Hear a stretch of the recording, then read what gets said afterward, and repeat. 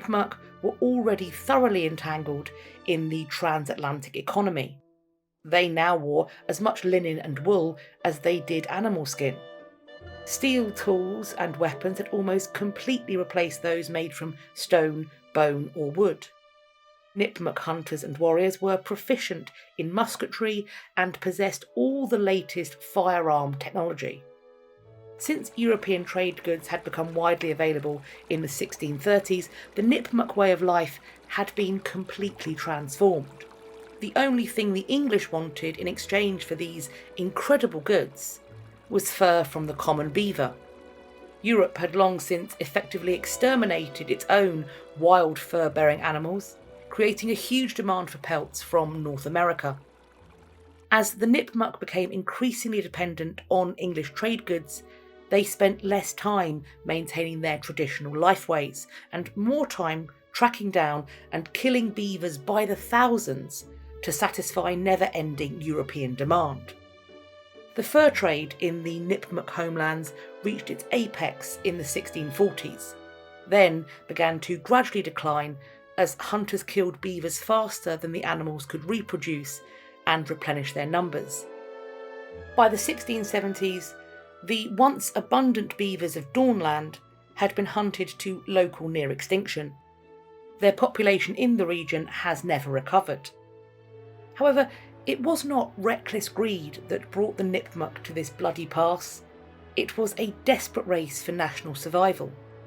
It was abundantly clear to every native nation of Dawnland that access to European technology equated to political power in this strange new post-epidemic world. Participating in the transatlantic economy wasn't advantageous to the Nipmuc so much as it was essential to retaining their sovereignty.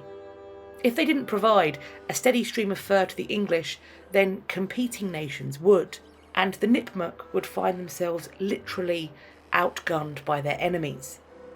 Though the epidemics of the 1610s did not impact the Nipmuc as severely as it did coastal nations, the influx of trade goods brought another devastating disease: alcoholism.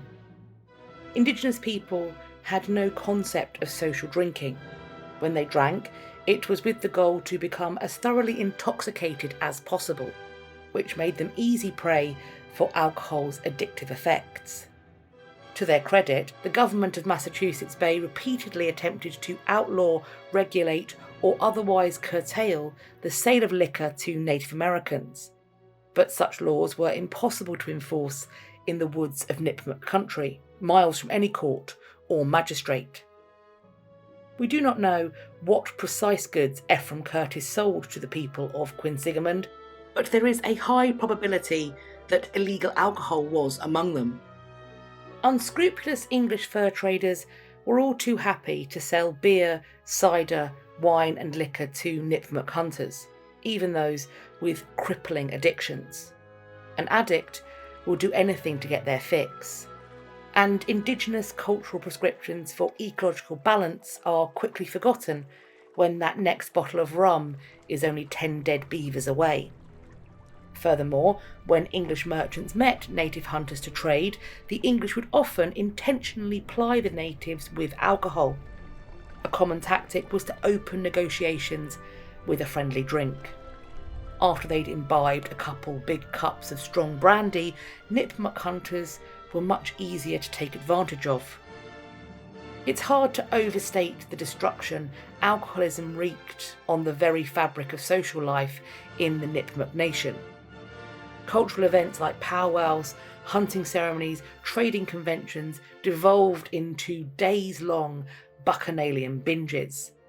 What had been family-friendly festivities now took on the nasty air of a late night on Bourbon Street, replete with shootings, stabbings and robberies.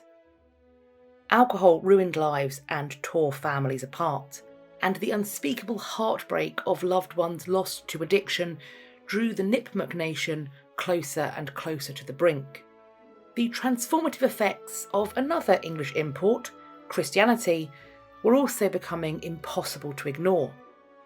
The period between 1670 and 1674 saw an unprecedented flurry of increased missionary activity, with several praying Indian towns springing up all across Nipmuc country. From these regional bases of operation, evangelists like John Eliot drew in Indigenous congregants with the explicit goal of converting them to godly Protestantism. But sincere faith was not enough. Once converted, praying Indians were also required to forsake their culture and live as the English did. They abandoned their nomadic existences and moved into permanent towns. They took up work on enclosed farms, raising cows or pigs. They cut their hair, they wore the coarse, tight-fitting clothes of the English, and they were placed under the legal authority of Massachusetts Bay Colony. Christianity was extremely controversial among the Nipmuc. Though many were receptive to the new faith, including some sachems, the missionaries were met with fierce resistance from a sizable portion of the population, who deeply resented Christianity and the presumptuous cultural change that came with it. Furthermore, the missionaries in their midst had repeatedly done all they could to influence the course of Nipmuc politics. When Sholan, the sachem of the Nashaway band of Nipmuc, had passed away in 1654, his succession was contested between two men: Sholan's nephew, who had the Christian name Matthew, a praying Indian well disposed to English interests, and another unnamed relative, probably the war leader Shoshannon, who was openly hostile to all things European. Eliot personally intervened in the tribal council's deliberations on the succession, which tipped the vote in Matthew's favour. The minister's meddling must have rankled the anti-Christian factions in all four bands of the Nipmuc nation. But the Puritans would not realise quite how much these Nipmuc hated them until it was much too late. For decades, conversion to the English religion and way of life had been strictly voluntary. But in the early 1670s, Massachusetts Bay officials crisscrossed Nipmuc country, announcing to anyone that would listen that their nation was under the legal authority of the colonial government, effective immediately. Their receipt for this draconian measure was a pledge of allegiance some Nipmuc sachems had made back in the 1640s.